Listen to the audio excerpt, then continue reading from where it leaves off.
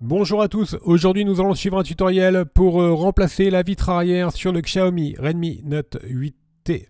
Vous retrouverez bien sûr les pièces détachées, donc les vitres arrière en vente sur notre site internet. Vous avez bien sûr tous les coloris disponibles et vous avez un accès direct au produit en scannant le code QR. Elles vous seront livrées avec le patron d'aide montage qui vous aidera à suivre le tutoriel.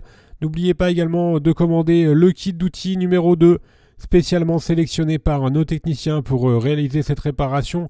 Vous retrouverez également le kit d'outils et la vitre arrière dans le kit complet de réparation qui comprennent également les stickers de batterie et le patron en version adhésif.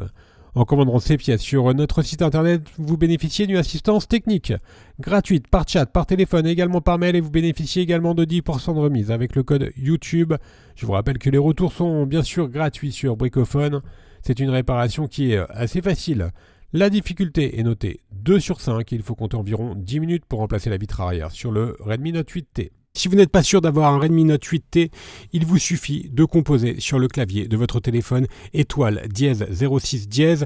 Vous allez obtenir un numéro IMEI que vous notez et vous le reportez ensuite sur la rubrique consacrée sur notre site internet et l'on vous indiquera alors exactement le modèle de votre téléphone et vous pourrez ensuite commander les pièces en toute sécurité. Bien sûr, comme avant chaque réparation, n'oubliez pas d'éteindre votre téléphone et également de retirer le rack des cartes nano SIM et micro SD. Dans la première étape, nous allons commencer bien sûr par l'ouverture du Note 8T. Pour l'ouverture, nous allons devoir décoller la vitre arrière. Alors la vitre arrière, elle est collée sur tout le contour du châssis et pour pouvoir la décoller, nous allons devoir chauffer tout le contour donc du châssis. Et pour cela, nous avons deux méthodes. Première méthode, on va utiliser le coussin chauffant, on le place au micro-ondes pendant 1 à 2 minutes et ensuite on vient le positionner sur le dos du téléphone. Deuxième méthode, on peut utiliser un décapeur thermique ou un sèche-cheveux. Et là également, bien sûr, on va chauffer tout le contour du téléphone. Alors attention, pour le décapeur thermique, pas plus de 70-80 degrés. Une fois que nous avons correctement chauffé le contour du téléphone, on vient positionner la ventouse sur la vitre arrière, on va tirer sur la ventouse et on va utiliser le médiator percé pour créer un point d'insertion entre la vitre arrière et le châssis. Voilà, le médiator percé, vous le retrouverez bien sûr dans le kit d'outils. Il est assez fin, il permet de pouvoir l'insérer facilement entre la vitre arrière et le châssis. Une fois qu'on l'a correctement inséré, on vient remplacer le médiator en métal percé par les deux médiators en plastique qui vont nous permettre donc de finaliser l'ouverture du téléphone. On va tout simplement les faire glisser sur tous les côtés. Alors éventuellement, si vous voyez que vous avez un petit peu de mal à les faire glisser, n'hésitez pas à réchauffer l'endroit concerné. Alors, il faut savoir également que sur la vitre arrière, vous avez un lecteur d'empreinte digitale. Et le lecteur d'empreinte digitale, il est relié par une nappe à la carte mère. Donc vous ferez bien attention lors de l'ouverture de la vitre arrière à l'ouvrir de façon progressive, car la vitre arrière sera toujours connectée au téléphone. Voilà, maintenant, on va faire levier avec la carte en PVC pour finaliser l'ouverture du téléphone. Et on va donc ensuite bien voir la nappe qui relie la vitre arrière au châssis du téléphone. On l'ouvre donc de la gauche vers la droite. Et ensuite, on vient donc déposer délicatement la vitre arrière sur le côté. Et on va bien sûr ensuite pouvoir déconnecter le lecteur d'empreinte digitale. Alors justement, le lecteur d'empreinte digitale, une fois que nous l'avons déconnecté, on va devoir le récupérer pour le repositionner sur une nouvelle vitre et ça va être l'objet de l'étape 2.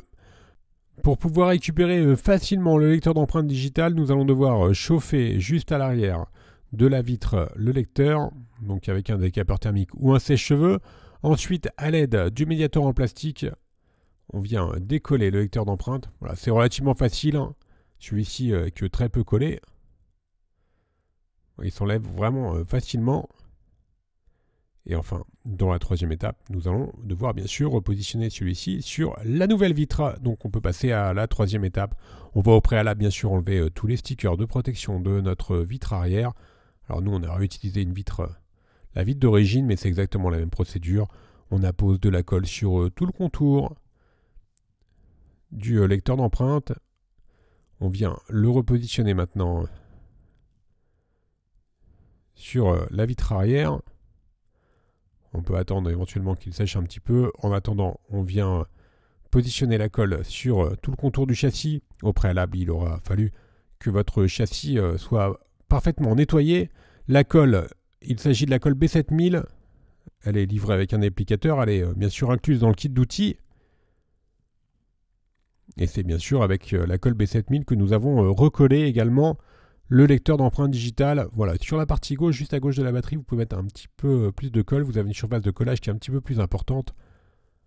On reprend maintenant notre vitre arrière. On vient reconnecter le lecteur d'empreintes digitales. Alors même si sur votre vitre arrière, vous avez déjà des stickers qui sont positionnés, on vous conseille quand même de toujours recoller en plus la vitre arrière pour avoir un collage parfait. On repose maintenant notre vitre arrière sur le châssis du téléphone. Et enfin, nous allons mettre le téléphone sous presse pendant environ une demi-heure. Alors nous, on utilise des pinces de serrage spécifiques. Vous pouvez utiliser des pinces à linge ou mettre votre téléphone sous un livre pendant 30 minutes. Si éventuellement vous avez quelques résidus de colle sur les côtés du châssis, vous pourrez les nettoyer très facilement avec une lingette humide. Voilà, la réparation est maintenant terminée. On va pouvoir faire un récapitulatif des produits utilisés pour mener à bien cette réparation, commençant bien sûr par la vitre arrière. Vous la retrouvez en vente sur notre site internet. Vous retrouvez également le kit d'outils numéro 2 ou le kit complet de réparation. Je vous rappelle que l'on reste joignable par mail, par chat, également par téléphone et que vous bénéficiez de 10% de remise avec le code YouTube. Vous retrouverez bien sûr sur notre site toutes les pièces détachées et les tutoriels de réparation pour le Xiaomi Redmi Note 8T. Merci à tous d'avoir suivi ce tutoriel et à bientôt pour de nouvelles vidéos.